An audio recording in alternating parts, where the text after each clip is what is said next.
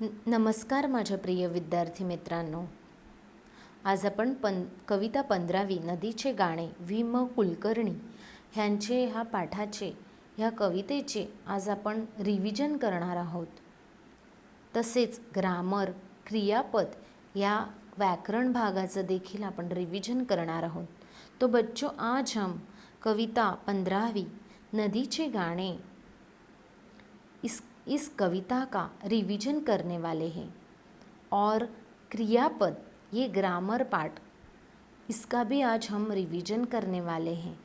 तो आइए देखते हैं कैसे क्वेश्चन आंसर्स आते हैं और इसका हम लोग क्या करेंगे, आज रिवीजन करेंगे. चलो मुलांनो, नदीचे गाणे वि म कुलकर्णी ह्या ठिकाणी तुम्हाला चांगल्या प्रकारे दिसत नसेल, परंतु पुढे आहे गाणं, ते आपण पाहणार आहोत. चला. दरी दरीतून वनावनातून झुळझुळ मी वाहते येते, मी मंजुळ गाणे गाते आणि मी पुढेच धावत जाते. नदी कौन सा गाना गाती है रे? मंजूळ. फिर ऐसा भी आ सकता है, मंजूळ गाणे कोण गाते? मग तुम्ही सांगणार ना, नदी मंजूळ गाणे गाते, बरोबर. और दरी दरीतून वनावनातून नदी कैसी वाहत, नदी कशी वाहत येते रे? झुळझुळ. कशी वाहत येते? झुळझुळ. और मंजूळ गाणे कौन गाती है? नदी गाती है ना. आणि काय करते नदी? पुढेच धावत जाते, और नदी आगे ही दौड़ती जाती है. वसली गावे तीरावरती, त्यांना भेटून जाते पुढती, लता वृक्ष किती काठावरती, भूमीतूनी जे मला भेटती. अभी क्वेश्चन आया, गावे कुठे वसली आहेत? कुठे वसली आहेत रे? गाव जो है वो कहाँ बैठी है, यानी वस्ती, वसली आहेत. मग नदीच्या काठावर. गावे कुठे वसली आहेत? नदीच्या काठावर.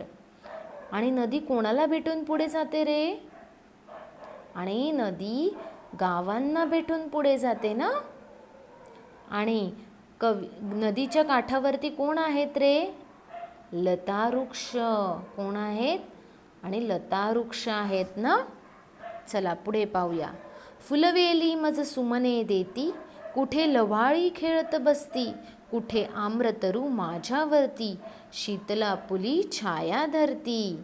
बरोबर. नदीवर शीतल छाया कोण धरते रे? आम्रतरू म्हणजे आंब्याची झाडे. नदी पे शीतल छाया कौन धरती है?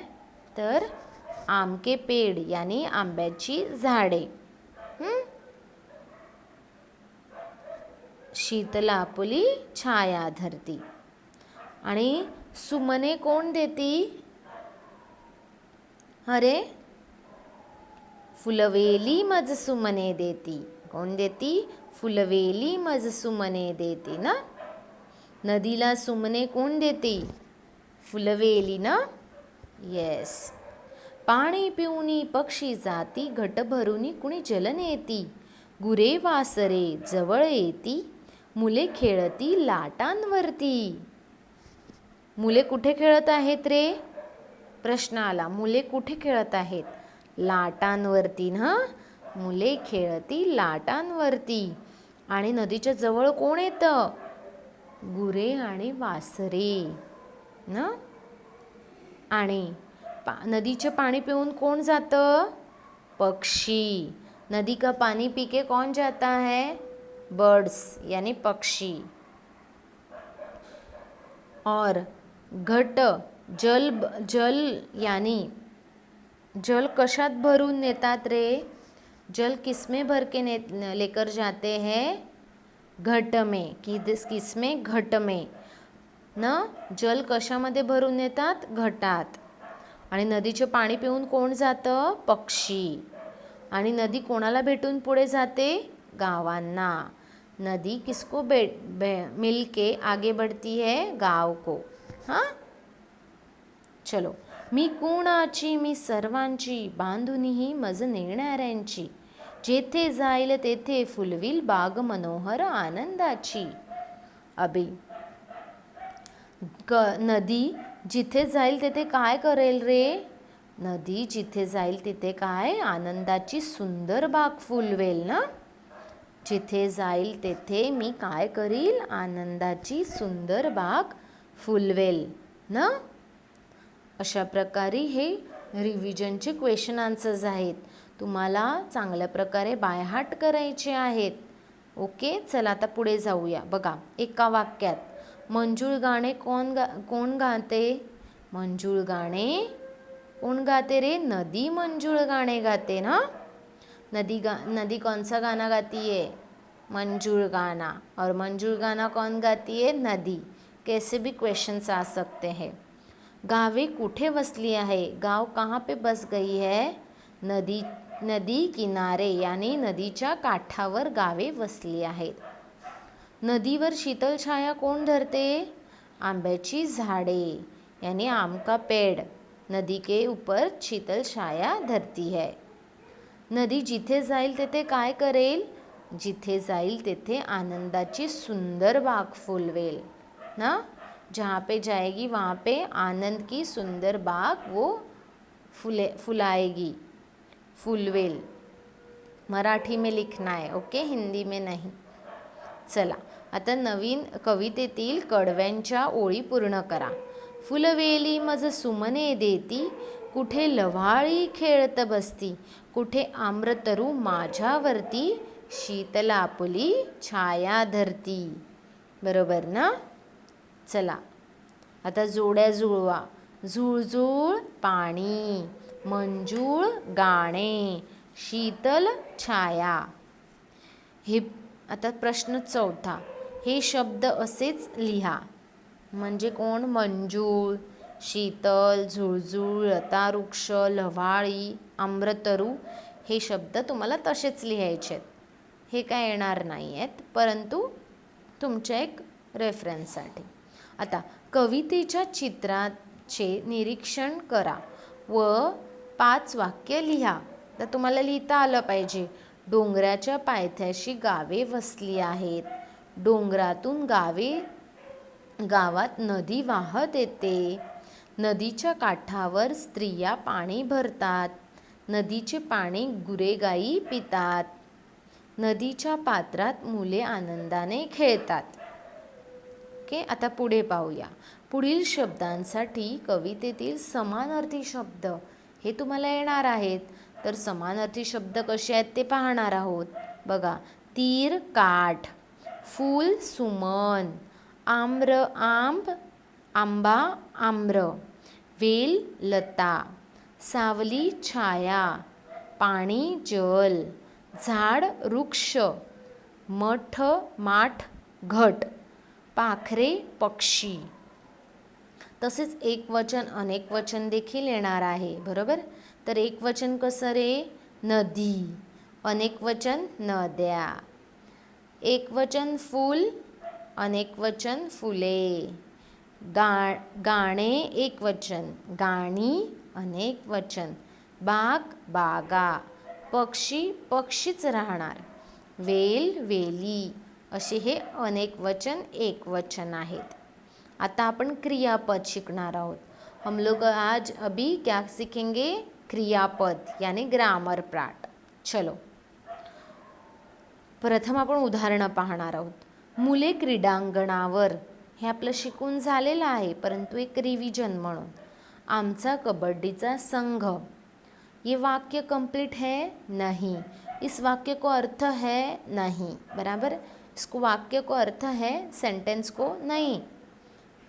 ये आधा है ना. इसको कोई वाक्य है? मुले क्रीडांगणावर, कुछ नहीं. आमचा कबड्डीचा संघ, अर्थ ही नहीं है ना उसको. आगे देखेंगे. मुले क्रीडांगणावर खेळतात. आमचा कबड्डीचा संघ जिंकला. यानी क्या? इस वाक्य को क्या आया? अर्थ मिल गया ना. यानी अशा शब्द समूहांना वाक्य म्हणतात.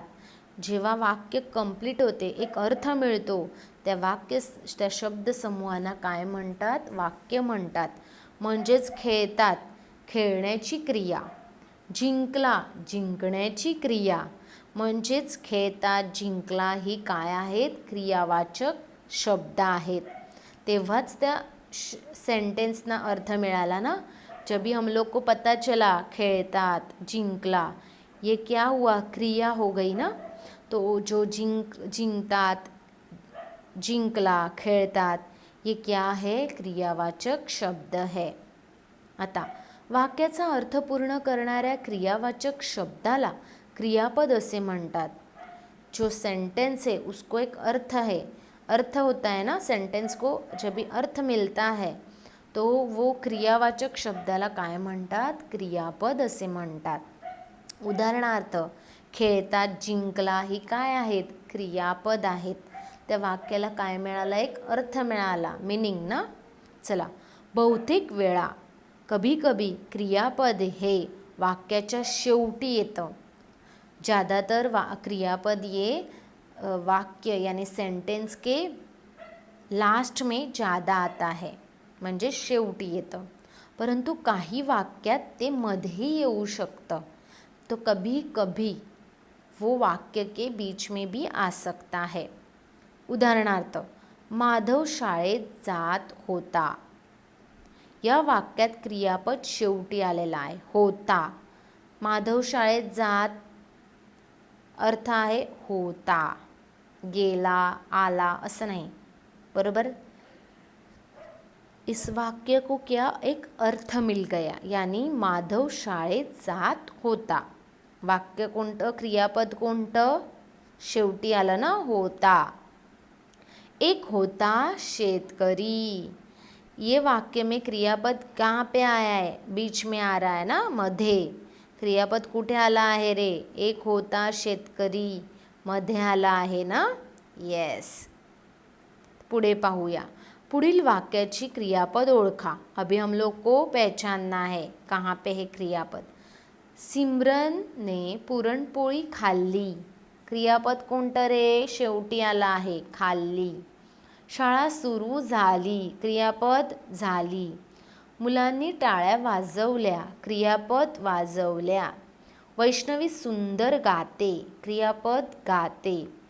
रमेशने अभ्यास केला. क्रियापद केला. म्हणजेच या वाक्यात क्रियापद कहाँ पे आता है? लास्ट में, शेवटी येतं. त्याला काय म्हणतात? क्रियापद असं म्हणतात. म्हणजे तुम्हाला ओळखता आलं पाहिजे कोणतंही वाक्य दिलं तर. ओके, धन्यवाद मुलांनो. हे चांगल्या प्रकारे रीडिंग करा, क्वेश्चन आन्सर्स बाय हार्ट करा. Okay, bye.